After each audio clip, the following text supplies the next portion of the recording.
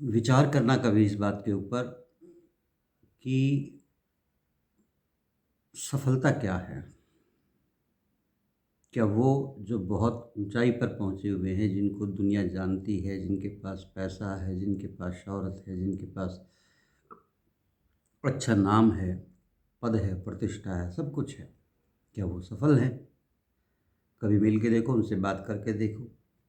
एक गरीब से गरीब आदमी जो सुबह अपनी दिहाड़ी के लिए निकलता है, शाम तक मेहनत करता है, घर आता अपने बच्चे के साथ लाड प्यार करता है, उनके पेट पालने के लिए दिन रात काम करता है, क्या वो सफल है? दोस्तों, इस झंझट में आपको जाने की ज़रूरत नहीं है, ना ही इतना सोचना इस बारे में। क्यों? क्योंकि इस धरती पर पता नहीं कौन कौन आए और कौन कौन चले गए। सिकंदर आया, कलंदर आया, पता नहीं कितने, चंगेज़ खां आया, अपनी मर्ज़ी से बहुत कुछ किया उन्होंने, कत्लेआम किया, दुनिया भर के खजाने लूटे, क्या वो सफल हो गए? सफलता के मायने अपने हिसाब से देखा करो। हम जो भी कार्य करते हैं, उस कार्य को करने के बाद हमें जो संतुष्टि मिली कि मैंने इस काम को बेहतर तरीके से किया, परफेक्ट नहीं कर पाया लेकिन फिर भी 80-90% मैंने इसको एग्जीक्यूट कर दिया है, इसका मतलब आप सफल हैं। जो भी एग्ज़ाम वगैरह देते हैं बच्चे, वो सोचते हैं कि मेरा 4-6 महीने बाद एग्ज़ाम है, मैं ये पुस्तकें वहाँ से खरीदूँगा, उसके बाद रिवीजन करूँगा, उसके बाद पढ़ूँगा, कहीं कोचिंग ले लूँगा। ये एक दूसरा तरीका है सफल होने का, ख़ासकर उस एग्ज़ाम में जिसकी वो तैयारी कर रहे हैं। लेकिन ज़रूरी नहीं कि वो उसमें पास हो जाएँ। कुछ पास हो जाते, कुछ रह जाते हैं। जो रह जाते हैं वो समझते हैं हम तो असफल हो गए, फिर से कोशिश में लग जाते हैं। याद रखो, कोई भी कोशिश जो हम सफलता पाने के लिए करते हैं, वो कभी हमें उस स्टेज में नहीं छोड़कर जाती जिसमें हम थे। कहने का मतलब कि जब हम किसी मकसद को लेकर तैयारी करते हैं, आगे बढ़ते हैं, तो हमें एक प्रकार का अनुभव होता है।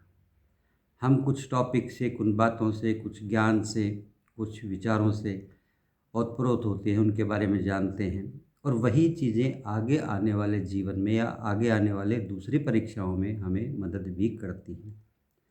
इसलिए किसी टेस्ट में पास होने के बाद कभी-कभी ये डिक्लेयर कर देते हो कि मैं तो असफल हूँ, नहीं, पूरी तरह से कभी अपने आप को असफल मत मानो। सफलता आई है, आपने पाई है, ये कभी मत भूलो।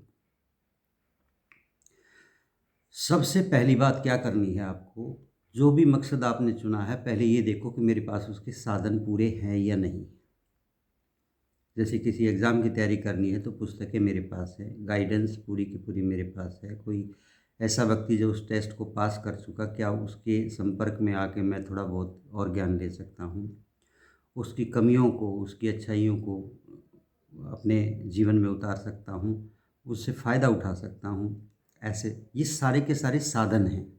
पहले साधन तैयार करो कि हम हैं कहाँ। अक्सर क्या होता है कि हम मंजिल तो निश्चित कर लेते हैं कि हम तो वहाँ जाना है, लेकिन हम उस लायक नहीं होते, हम उससे बहुत दूर होते हैं। क्यों? क्योंकि सबके पास हर एक मकसद के लिए उचित साधन नहीं होते। कोई गरीब है, कोई अमीर है, किसी की मानसिक दशा किसी तरह की, सारे साधन होने के बाद भी वो मानसिक रूप से अपने काम को पूरी तरह से मन को नहीं लगा पाता उस काम में, तो भी असफलता के चांसेस रहते हैं। तो पहली चीज़ है साधन। साधनों को देखो कि मैंने उस मकसद के लिए क्या-क्या इकट्ठा कर लिया है और क्या मुझे और ज़रूरत है। दूसरा देखो समय, समय को बाइफरकेट करो। मान लो आपके पास 4 महीने हैं, 6 महीने हैं, 8 महीने हैं। आप उनको बाँट लो कि मुझे प्रतिदिन, हर दिन मुझे कितना टाइम किस सब्जेक्ट को देना है। ये तो हो गई पढ़ाई। उसके बाद कभी-कभी क्या करो कि कागज़ पेन को छोड़ दो, पुस्तक को छोड़ दो। एक कमरे में आ जाओ, बिल्कुल लीन होकर ये देखो कि जो मैंने सीखा है उसका पिक्चराइज़ेशन मेरे दिमाग में है या नहीं है। पिक्चराइज़ेशन मीन्स इंसान के पास 2 सबसे बड़ी ताकतें हैं, एक तो ऑडियो है, एक वीडियो। जो भी कुछ सुनता है वो उसे ग्रहण करता है आसानी से, और जो देखता है उसको ग्रहण करता है आसानी से। उसमें उसको रटने की ज़रूरत नहीं पड़ती। जैसे जीएस का ही सब्जेक्ट है, आप उसको रटेंगे, कुछ डेट्स वगैरह हैं उनको रटेंगे उनको। लेकिन साथ-साथ क्या है कि उन लोगों की जिनकी जीएस आप तैयार कर रहे हो, जिनके बारे में हिस्टोरिकल फैक्ट्स आपने तैयार करने हैं, आप उनको पिक्चराइज़ करो कि वो भी हमारी तरह कभी ज़िंदगी में जी रहे थे, ऐसा था, वैसा था, सारा का सारा तस्वीर से उतार लो अपने मन में और फिर देखो कि वो आप भूल नहीं पाएँगे। डेट टू डेट सारी चीज़ें आपको याद होंगी। बिल्कुल ऐसे ही जैसे हम कोई मूवी देखते हैं तो उस वक़्त हमारी 2 इंद्रियाँ सबसे ज़्यादा काम करती हैं, एक तो आँखें और एक कान।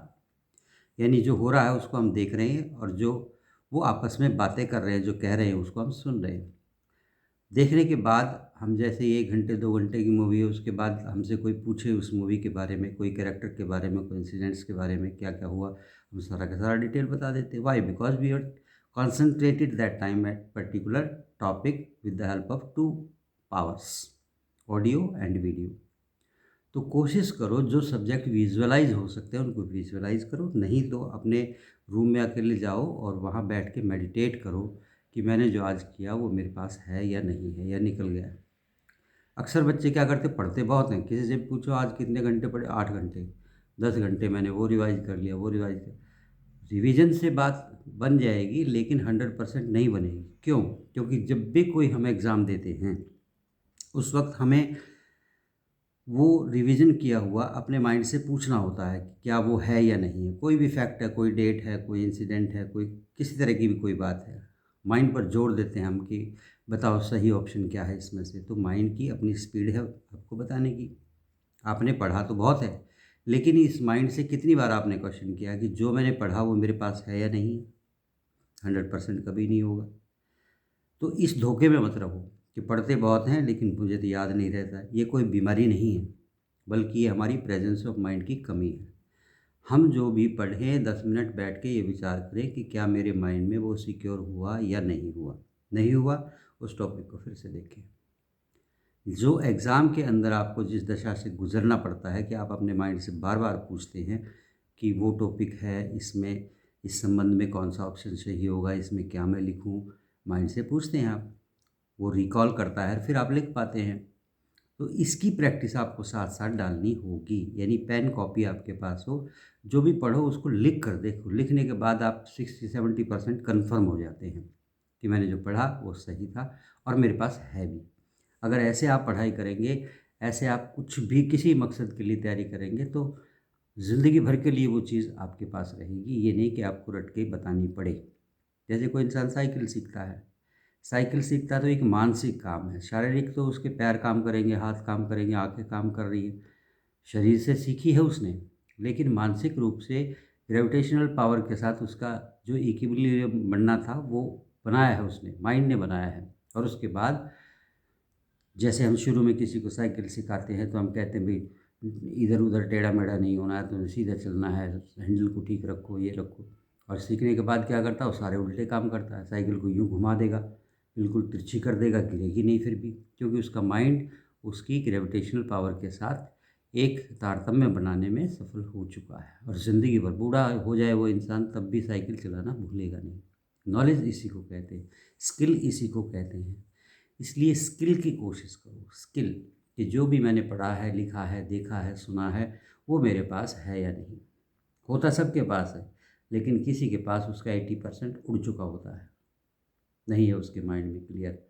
ओवरऑल उसकी टॉपिक की जानकारी उसको मिल जाएगी कि हाँ, महात्मा गांधी 30 जनवरी को मारे गए थे, ठीक है, 30 जनवरी याद है, लेकिन हालात क्या थे, क्या कंडीशन थी, कहाँ वो जा रहे थे, किसने मारा था, ऑल दीज़ फैक्ट्स इसके बारे में हम कंफर्म नहीं हो पाएँगे। क्यों? क्योंकि 30 जनवरी तो हमें याद रह गई, बाकी सब रह गए। तो कोशिश करो जिस भी टॉपिक को है, उसको ऐसे पकड़ो जैसे बीज होता है, बीज में से वृक्ष निकला है, वृक्ष के आगे फिर उसकी टहनियाँ आई हैं, पत्ते आए हैं, फिर कली आई है, फिर फूल आया, फिर फल आया है। आप सिस्टम से आगे-आगे बढ़िए। वृक्ष क्या होता है, उसकी प्रस्ताव आपको ऐसे याद करने की ज़रूरत नहीं है। आप उसे समझिए कि है क्या वो। हर टॉपिक को ऐसे ही बाइफरकेट करो और तब उसको समझने की कोशिश करो, सफलता आपको मिलेगी पक्का। रही पशु पक्षी जीव जंतु जितने भी हैं उनसे चींटी वगैरह है, देखो किसी के एग्जाम्पल में मैंने पढ़ा था एक पुस्तक में कि ये था कि चींटी बार बार जो है वो एक दाना लेके ऊपर की तरफ जाती है और फिर फिसल जाती है दीवार की तरफ, दीवार से फिर फिसल जाती है, फिर दाना उठाती है, फिर फिसल जाती है। 18 बार बताते हैं वो गिरी और कोई राजा उस सबको देख रहा था, उसने सोचा कि निराशा से बात नहीं बनेगी, वो भी कई युद्ध हार चुका था। तो उसको प्रेरणा मिली कि अंत में चींटी तो दाने को लेके पार चली गई, तो तू भी सफल हो सकता है। मतलब इस प्रकार की जो इंस्पिरेशन से छोटी ही हो, लेकिन इंस्पिरेशन बड़ी हो जाती है जब आप उसको अपने अनुभव में उतारते हैं। जो सफल व्यक्ति हैं उन्होंने बहुत अलग किया हो ऐसा कुछ नहीं है, चांद तारे तोड़ के ले आए हों ऐसा कुछ नहीं है। उन्होंने बहुत कुछ अलग नहीं किया, बल्कि जो किया वो अलग ढंग से किया है, ये ज़रूर है। ढंग पे ही निर्भर करता है कि आप कल को क्या पाएंगे अपनी ज़िंदगी में, सफलता विफलता, निराशा या आशा, क्या पाएंगे। ठीक है, इस बात का हमेशा ध्यान रखो और किसी की नेगेटिव बातों में मत जाओ। अगर नेगेटिव आपका दोस्त है आसपास की, भाई ऐसा करेंगे पता नहीं क्या होगा, ये ऐसे लोगों का साथ छोड़ो, इससे आप अकेले भले हो, कोई प्रॉब्लम नहीं। और याद रखो, जैसे आपने देखा होगा बहाव जब भी नदी का चलता है, पानी उसमें बहता है, तो मछली क्या करती है, मछली कभी पानी के बहाव के साथ नहीं बहती, उसके विपरीत चलती है, और यही उसकी ताकत का एक प्रकार से सूत्र है। अगर हालात हैं और वो हमें अलाउ नहीं कर पा रहे हैं, हमारे पास ठीक से किताबें भी नहीं हैं, हमारे पास ठीक से और साधन भी नहीं है, तो जुटाओ, साधन जुट जाएंगे। एक तरीके से नहीं हो सकते, दूसरे तरीके से होंगे। आपको अभी अभी पब्लिश हुई पुस्तक महंगी पड़ रही है, ठीक है, पुरानी ले लो, पुराने में सब कुछ वही है, कोई ऐसी प्रॉब्लम नहीं है। ज्ञान ज्ञान होता है, ज्ञान कभी पुराना नहीं होता, फैक्ट्स कभी भी बदले नहीं जाते, फैक्ट्स वैसे ही रहते हैं। रहे जो नए टॉपिक हैं, नए लेखक आए हुए हैं, उनके हिसाब से आजकल तो ऑनलाइन है सब कुछ, आपको बाज़ार भी जाने की ज़रूरत नहीं, ऑनलाइन भी आप क्लासेस कर सकते हैं, थोड़ा बहुत उसमें पैसा लगा कर आप लाइव क्लास ले सकते हैं।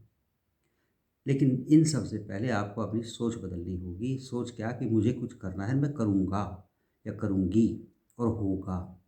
थोड़ा देर हो जाएगा, क्या दिक्कत है। कोई फर्स्ट आया है, मान लो 500 बच्चे रेस में भाग रहे हैं, कोई फर्स्ट आ गया, ठीक है, मैं भी तो भागा हूँ, अगली बार देखते हैं। फिर हमारा कोई और फिर सेकंड आ गया, फर्स्ट आ गया अगली बार भी, मैं सेकंड आया, चलो सेकंड पे तो आ गए। फर्स्ट वाला क्या करेगा, वो थोड़ा सा हमसे और आगे होगा, लेकिन हम भी तो कहीं तो हैं, हम भी तो कहीं हैं। 498 जो पीछे रह गए 500 में से, उनसे तो आगे हैं हम, इतनी संतुष्टि बहुत है। सब कुछ सबको नहीं मिलता, लेकिन बहुत कुछ मिला हुआ है, उस बहुत कुछ में ही हमें सब कुछ करने की कोशिश करनी चाहिए। कुछ भी काम करके अगर आप संतुष्ट नहीं हैं, खुश नहीं हैं, एंजॉय नहीं कर रहे हैं, तो आप नरक में जी रहे हैं। अपना जीवन भी बर्बाद और जो आपके संपर्क में आएगा उसका जीवन भी बर्बाद।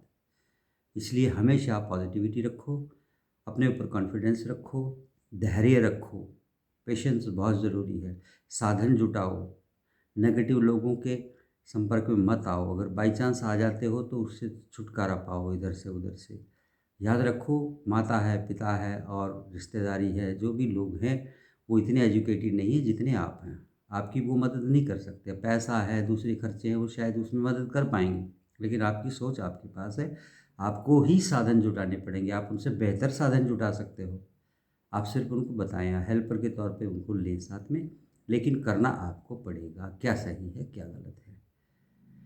किसी के दबाव में आकर कोई भी कोर्स करने की ज़रूरत नहीं है, किसी के दबाव में आकर किसी तरह का कोई स्टेप लेने की ज़रूरत नहीं है। अपने आप को देखो, क्योंकि तुम सबसे ज़्यादा अनूठे हो, अकेले हो, बिल्कुल तुम ही हो, बस दुनिया में तुम्हारे जैसा कोई भी नहीं है।